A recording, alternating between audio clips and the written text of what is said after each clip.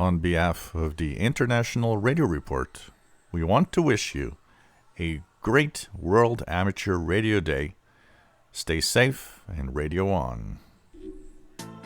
Hey there, I'm Paul Kaltenbach, live at Hell's Kitchen, New York City, and you're tuned to International Radio Report, 30 minutes of news about radio on CKUT 90.3 FM in Montreal. Welcome to the International Radio Report on CKUT 90.3 FM in Montreal and our show for Sunday, April the 18th, 2021. My name's Sheldon. I am here with Jill, and we thank you for joining us on our weekly half-hour program of news and information from the world of radio. You can reach us by email. radioreport@yahoo.com is the email address. We are live streaming and archived at ckut.ca, and our Facebook group is International Radio Report. We have a few new members this week. We welcome Donnie, Max, and Patrick. And our YouTube channel, our latest edition. We now have our official identifier for our channel. So you now can simply go to youtube.com/International Radio Report, and you will find our page where each of our shows is posted up to the YouTube channel within an hour or so after the show airs on Sunday mornings on CKUT. And we will have a little change. I will be putting every month in a playlist. So what is going to happen soon is when you want to listen to, for example, March 2021 shows, you'll have a playlist with the shows for March only. So you'll be able to do it by month if you want. Yep, that'll be another extra little added attraction that people can use. So lots of flexibility with all these different options for you to get to the show. We've had a number of people comment on how quickly they adapted to the YouTube channel. Oh, yeah. It seems like a lot of them prefer to use that method. Certainly, you don't have any problems with the streaming, which sometimes happens with the CKUT site. The archives don't get up there usually until Monday. So the YouTube channel seems to be the way to go, and it's very efficient. And you can just set yourself up to go there, and away you go. So you've got the show, almost immediately after it airs. So that's great. And we love to hear from you. Go and check out the Facebook group. You can post up some stories for us there, or you'll see in-depth stories that we've talked about on the show, and other stories that we don't have time to get to on the program in our 30 minutes each week. So check out all those different options that are available to you. We have a number of different stories from around the world today. We'll get things started off with news of a new I guess it's kind of a survey or an analysis of some rather interesting perceptions that people seem to have developed about radio. And this report through Cumulus Media and Westwood One examined these more closely and came up with what the reality is versus the perception. And I think it's quite an interesting story. So it's headlined 8 Things Brands Have Completely Wrong About AM and FM Radio. And it is from Cumulus and Westwood One via Radio World. They wanted to examine prevalent advertiser agency perceptions about consumer media habits. To determine the realities of consumer behavior, they turned to Nielsen, the Federal Reserve, and Edison Research. Why do people think that nobody listens to radio anymore? Because there is a narrative that new media kills old media, so nobody bothers to look at evidence that doesn't fit the narrative. So this is what they've done, and they have, 8 different perceptions, and they've sort of countered them with their findings. So number 1 is, due to the pandemic, no one is listening to AM/FM radio. The reality, AM/FM radio has retained 95% of its persons 18 plus reach, and 100% of its reach among those with a $75,000 plus income, which is pretty interesting. Number 2, due to the pandemic, everyone's working at home and no one is commuting. The reality, per the U.S. Federal Reserve, 60% of U.S. workers are commuting every day. Only 24% of workers are working from home every day. Perception number 3, AM/FM radio has very low reach. The reality, 88% of Americans are reached by AM and FM radio weekly. Perception number 4, audience shares to Pandora and Spotify are nearly equal to AM/FM radio. The reality is the audience share of AM/FM radio is 21 times larger than Spotify and 10 times larger than Pandora. In the world of the connected car, the number one thing people do in their car is to stream online radio on their smartphones. That's the perception. Reality, AM/FM radio rules ad-supported audio in the car. The next perception, today's optimal media plan. Put all your money into TV and digital advertising. The reality, adding AM/FM radio to the media plan generates a 41+% increase in reach at the same spending amount. Next perception, I would love to consider audio. However, there's a total lack of ROI and sales lift evidence for AM/FM radio. And this is return on investment. That's what the ROI stands for. The reality, AM/FM radio delivers excellent return on investment across various categories. Number 7, AM/FM radio listening only happens during drive times. The reality, 61% of listening occurs outside of drive times. Middays and weekends are far stronger than advertisers perceive. And finally, no one under 35 listens to AM/FM radio anymore. The reality, millennials are AM/FM radio's number one demographic. Over 60 million persons 18 to 34 listen to AM/FM radio weekly. Interesting to see the perception of radio. And, it reaches where we hear all the time. We hear it on shortwave also. It's, the internet killed radio, or this new digital media kills radio. And in reality, it's another way of getting what we want, but it's not killing radio. It's adding to radio, I would say. And you know what? I totally agree with the reality side, because if I look, yes, you listen in your car, but there are a lot of work environments that have radio that's playing in the office or in the workplace. And people do listen to the radio at home to get some news. And I think that it is true that radio is still a very big reach out there of people that you can advertise to. And for some reason, there's so many people that are so-called experts that seem to know it all and say that, no, radio is that old thing that nobody uses anymore, when in reality, it's the other way around. It is still very popular. I think in plants, factories, assembly lines, things like that, I've talked to a number of people who say that each individual at their workstation is allowed to have a portable radio with them. So, if you imagine a giant plant somewhere with a whole bunch of workstations, and everybody's got their own radio on their own radio station that they want to listen to, just take that alone. Those people are not going to be streaming stuff. They're not going to be using all these other fancy services. They're going to be using a conventional radio. So multiply that over the thousands and thousands and thousands of people working in those types of environments. These reality analysis, they really make sense when you look at it. Oh, yeah. And you wonder if the perception is being presented by the people behind those other services that are trying to, steer you and push you into that direction, saying, forget about that old radio stuff. Come on over to our side.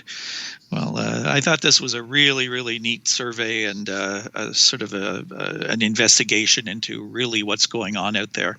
So I'm sure the people in the radio boardrooms will be happy to see an article like that. For sure.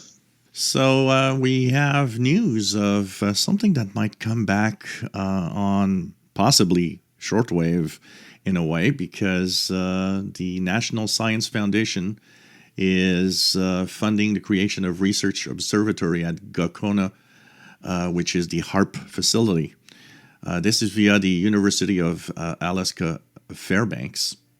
A 5-year, $9.3 million National Science Foundation grant will allow the University of Alaska Fairbanks Geophysical Institute to establish a new research observatory dedicated to exploring Earth's upper atmosphere and geospace environment. The Sub-Auroral Geophysical Observatory for Space Physics and Radio Science will be housed at the High Frequency Active Auroral Research Program, HARP, in Gakona, Alaska. The facility's 33-acre ionospheric research instrument will be the centerpiece of the new observatory. A second NSF-funded project will add a LiDAR at the site, which will allow the study of other regions of the upper atmosphere. A LiDAR sends pulses of laser light to determine the composition, temperature, and structure of regions of the upper atmosphere from 90 to 150 kilometers. No new construction is expected under the NSF funding to create the observatory, which will be a station at which researchers can monitor and receive data from instruments. The university hopes to add additional instruments over time at the $290 million Gakona research site. The 5-year NSF grant will allow scientists to investigate how the sun affects Earth's ionosphere and magnetosphere to produce changes in space weather. Their work will help fill gaps in knowledge about the region, which is important because ionospheric disturbances can disrupt communication systems and cause damage and outages to power grids. The Gakona facility is a prime location for the study of the ionosphere and magnetosphere because of its location in relation to one of Earth's magnetic field lines that reaches deep into the magnetosphere, the magnetic field that shields the planet from much of the sun's plasma energy. For over 25 years, UAF, the Air Force, the Navy, and the Defense Advanced Research Projects Agency have collaborated on ionospheric research at the High Frequency Active Auroral Research Program site. As Air Force funding for research and development decreased, the scientific community worked to find a solution to preserve this one-of-a-kind national research resource. So it seems that there's no timeline or anything, but we might be hearing sweeps and pulses and all sorts of these little noise coming from the HARP site in a near future, actually. Yeah, it's been kind of quiet for quite a while at HARP.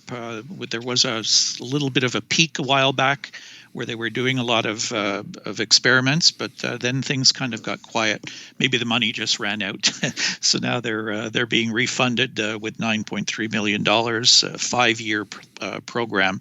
So we have some contact with some people at HARP who've informed us when things were going on in the past. So hopefully we'll get that information again down the road. Yeah, one of the guys behind a lot of the experiments, Chris Fallon, was actually even in the live show sometimes that I do when the experiments went on. So unfortunately, Chris Fallon has moved on to some other projects, but it's going to be interesting, and we're going to keep following. I follow their Twitter page, so hopefully we'll have news when some of the experiments are up and running. Next, we move across the water to Britain, and a story from Radio Today. 10 more local BBC radio stations are turning off their medium wave transmitters for good this year. BBC Essex, Radio Cambridgeshire, Radio Devon, Radio Leeds, Radio Sheffield, Hereford and Worcester, BBC Radio Stoke, BBC Radio Lancashire, Radio Ulster, Radio Foyle, will all be FM and digital only in May and June of this year. In addition, BBC Radio Wales and BBC Radio Gloucestershire will reduce AM coverage.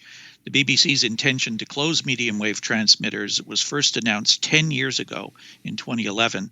In 2018, the corporation commenced with these and continued them in 2020 across Scotland, Wales, and England.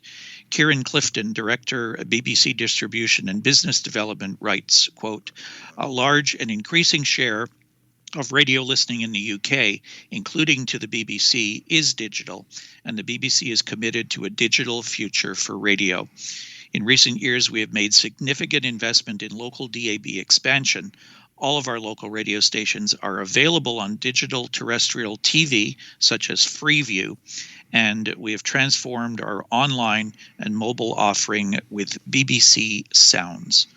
So this is a lot of stations turning off AM and going to FM and digital only. AM band is going to be kind of empty when these stations disappear. Yeah, the slow decrease of medium wave and long wave. It is interesting here to see the BBC expanding on DAB digital broadcasting. When Ireland, we had that news from Ireland where they actually are kind of moving away from it because they have nobody listening.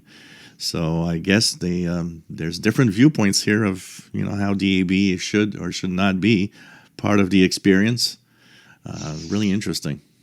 At least they're leaving them on FM. Yeah. That's one good step. Absolutely. But if it's that means they're only one step away though from going only digital. Yep, absolutely. If they decide to pull the plug on FM down the road as well. So what's happening with the sun? Well, we've got a sunspot, IR 82814, and as we're recording, two other sunspots are trying to get on the solar surface, which means that by today Sunday when we're airing the show, there could be three sunspots on the sun and a little more activity. In the past week, we had a little bit of unsettled conditions, but overall conditions were still pretty good and had a lot of fun. Personally, had a lot of fun like I usually do on the radio with lots of stuff to listen to.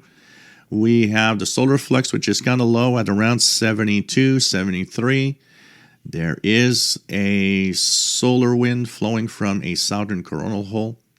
Could be affecting us today, April 18th. So if conditions are not up to par, I don't know why, but it's always on Sundays that the solar wind always hits for some reason. So conditions today and tomorrow might be a little difficult, but overall things should be good. And of course, don't look at the numbers all the time. Turn on the radio, tune the dial, listen, and you'll see there's a lot of stuff out there. This is Larry Will of Mount Airy, Maryland, and you're listening to the International Radio Report on CKUT 90.3 FM, Montreal. We take you next to an area of the world that's being monitored very closely, and that's the country of Myanmar. And Gilles, you have a story of some people taking a big risk. Oh, yeah. And I was hearing a news report actually today on the situation there, which is really, really horrible and difficult. So young Burmese activists are broadcasting anti-coup message on pirate radio. This is via rest of the world. In a safe house in Yangon last Thursday morning, a small group of 20-somethings gathered to assemble a portable radio transmitter. For several hours, they broadcast translations of international news into Burmese, tributes to protesters killed by the armed forces, revolutionary songs and poems, and interviews with the leaders of Myanmar's civil disobedience movement that has sprung up to oppose the military junta that seized power in February. Then they dismantled the equipment, each person taking a different piece by a different route to another safe location where they store it. Security is tight. They never broadcast from the same place twice, and the group uses aliases even among themselves. This is Federal FM radio live on 90.2 megahertz. Its name betrays its politics, support for a federal Myanmar, one which rejects the state's Majoritarian Bamar identity and strives for true ethnic unity. As searched in the months since the coup, it is a message that does not sit well with the military government, which has responded with violent repression and internet blackouts. But young dissidents like these refuse to be silenced and have turned to old technologies to spread the word. This radio was born out of Myanmar's Spring Revolution, said one of its founders, who goes by Mulan. This is revolution radio. The junta has imposed nightly internet blackouts to disrupt the protest movements, preventing people from organizing and communicating with the outside world. Social media platforms have been blocked, although many people continue to access them through virtual private networks. However, on April 2nd, the mobile internet in Myanmar was completely switched off, fixed line connections are rare, and the move left millions of people unable to access news or to communicate with each other. In the vacuum, the state media has broadcast propaganda that underplays the scale of the crisis, portrays protesters as terrorists and foreign agents, and blames the civil disobedience movement for recent violence on the streets. Our people need to get informed, real information, because the military spread out fake news on their own media, Mullen said. She and her colleagues were able to source radio equipment from a friend of the movement. They won't say precisely who for obvious reasons. The team is entirely made up of young, digital natives, and most of them were working for civil society organizations before the coup. None of them knew how to operate the gear, but they found technicians willing to train them. So now we are learning like a radio crash course, Mullen said. During Myanmar's last period of military rule between 1962 and 2011, radio played a role in distributing anti-government messages. Activists set up transmitters in Thailand, which they used to get around the junta's tight controls of the media. The army's disruptions to social media and the internet has led activists to look again at radio as well as handbills, printed bulletins, and mass SMS alerts.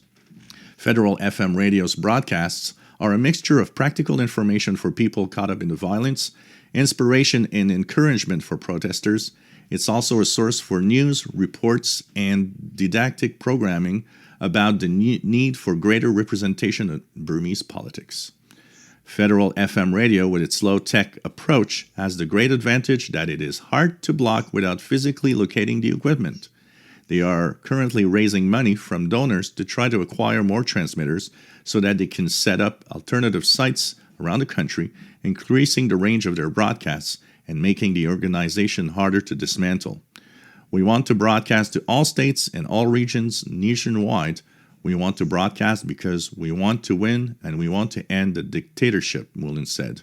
We are not trying to be arrested. So this is a very interesting story. They are taking big chances. I find it interesting to see that everybody goes away with one part of the transmitter so that if one gets arrested, they don't lose the full transmitter. But it actually plays a big role. It shows radio is extremely important when something is happening. And it's often the only way you get news because the internet gets cut off and you got nothing else than radio when that happens. Yeah, it shows the control that the military in this case has over accessing the public. If they control the conventional sources of information, it's going to take clandestine broadcasts like this to get messages out. And of course, people will have their radios. You know, they may be little portable things. They may be battery operated, solar powered, wind up, you name it. But chances are those people have those radios and they rely on those broadcasts. So getting the news out to them to let them know that the station exists is risky business too, though. Yes, absolutely. It's more by chance almost, because they probably have these flyers and information, but they have to be careful because it's easy to pinpoint, especially on FM. And that's where, shortwave is also a nice way to get news because it's you can be outside of all of this and broadcast to the country with news. And there are major broadcasters like the BBC and even Voice of America that are actually broadcasting news to them to help out. So that also probably does play a role for some people that have shortwave radios. And that at least cannot be controlled. But, seeing that these young people are actually doing this, not knowing anything about radio, they're just learning that, oh, look at that, and I like the fact they always say the old technology of radio.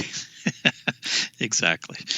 Yeah, it's old. It's well over 100 years old, but it still works today. That's the key. Absolutely.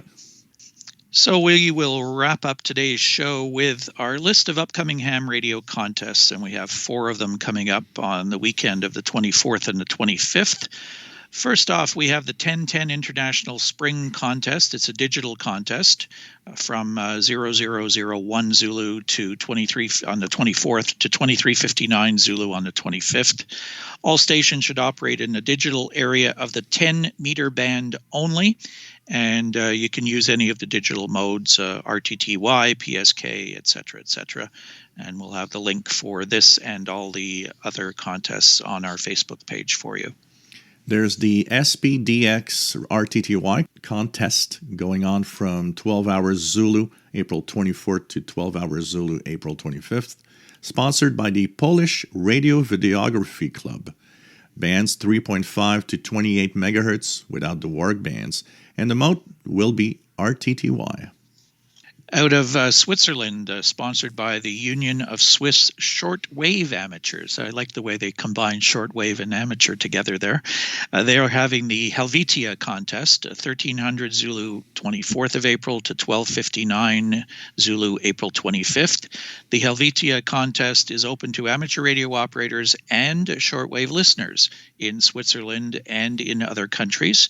It's all of the major HF bands, no work bands, and this one is all modes, so you can use the mode of your choice. There's the Florida Qso Party, 1600 Zulu April 24th to 2159 Zulu April 25th, sponsored by the Florida Contest Group. The object for radio amateurs outside of the state of Florida to make contact with as many Florida stations in as many of the 67 Florida counties as possible. Florida operators work anyone outside and within Florida. Bands 40 through 10 meters, phone and CW only, no digital contacts. That'll be a busy one. Lots of hams in Florida for sure. Oh, that's for sure. Yeah. I have a little, just a little bit of news also that if you are listening to WRMI broadcasts, if you are finding that some of their frequencies are missing, it should get back quite soon, if not already back online. But there was a fire at the WRMI transmitter site. So apparently it was quickly put out. So they said that things should be back to normal quite quickly. All right, very good. That will do it for us today. We do remind you of our Facebook group, International Radio Report. You'll see some of these stories posted up there, and we invite you to post some of your own as well. And you can contact us through there as well. And you can listen to the show on our new YouTube channel, which is now simply International Radio Report on YouTube. And we thank all of you for your comments and the fact that you appreciate the new service there on YouTube. We will talk to you again next Sunday morning with the next edition of our show, the International Radio Report, coming to you from CKUT Radio in Montreal, 90.3 FM. Have a great week, everybody. Bye-bye. DX Party Line. This is a program for DXers by DXers and about the DXing hobby. We invite you to stay tuned for the next 30 minutes to the DX Party Line.